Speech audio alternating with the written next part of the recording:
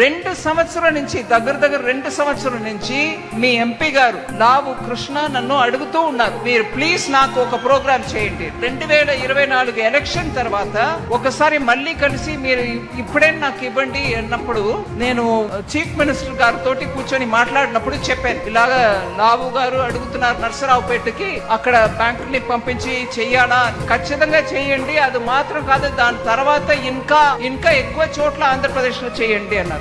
ఈ ఒక్క ప్రోగ్రామ్ మహత్వం మనం చెప్పాలంటే మీరు కళ్ళారా చూసే మీ ముందు, నేను రాజకీయ మాట్లాడట్లా, కానీ ఇప్పుడు ఆ విషయం చెప్పడం అవశ్యం. 2004 నుంచి 2014లో బ్యాంక్ నుంచి అప్పు ఎవరికైనా ఇవ్వాలంటే కేంద్ర ప్రభుత్వంలో ఉన్న పార్టీ ఫోన్లో చెప్పేది, నర్సరావుపేటలో ఈ ఫలానా వ్యక్తికి డబ్బు ఇవ్వండి. ఆ ఫలానా వ్యక్తి జెన్యున్ గా డబ్బు బిజినెస్ చేసే మనిషి కాదు, కానీ ఆ పార్టీ మనిషి కాబట్టి ఆయనకి ఇవ్వండి అని చెప్పి ఫోన్ బ్యాంకింగ్ లో ఒక సిస్టమ్ మొదలు పెట్టారు. సో కేంద్ర ప్రభుత్వంలో ఉన్నటువంటి పార్టీ చెప్తే అప్పుడు వాళ్ళకు లోన్ ఇస్తే లోన్ ఇచ్చినట్టు లెక్క బ్యాంక్ లో పెట్టుకోవాలి. ఆ ఏ డబ్బు కూడా తిరిగి రాలా, బ్యాంక్ అప్పులు పాలయ్యాయి. ఎన్పిఏ అందరూ మాట్లాడటం మొదలు పెట్టారు. ఇవాళ నర్సరావుపేటలో జరిగిన ప్రోగ్రాము ఇలాగా ఇంకా చాలా ప్రోగ్రామ్ దేశవ్యాప్తంగా మనం చేస్తూ పోవడం, ప్లస్ ఇప్పుడు మన ముఖ్యమంత్రి గారు చెప్పడం వల్ల ఇంకా ఆంధ్రప్రదేశ్ లో ఇట్లాంటి ప్రోగ్రామ్ చేయబోతున్నాం. కాబట్టి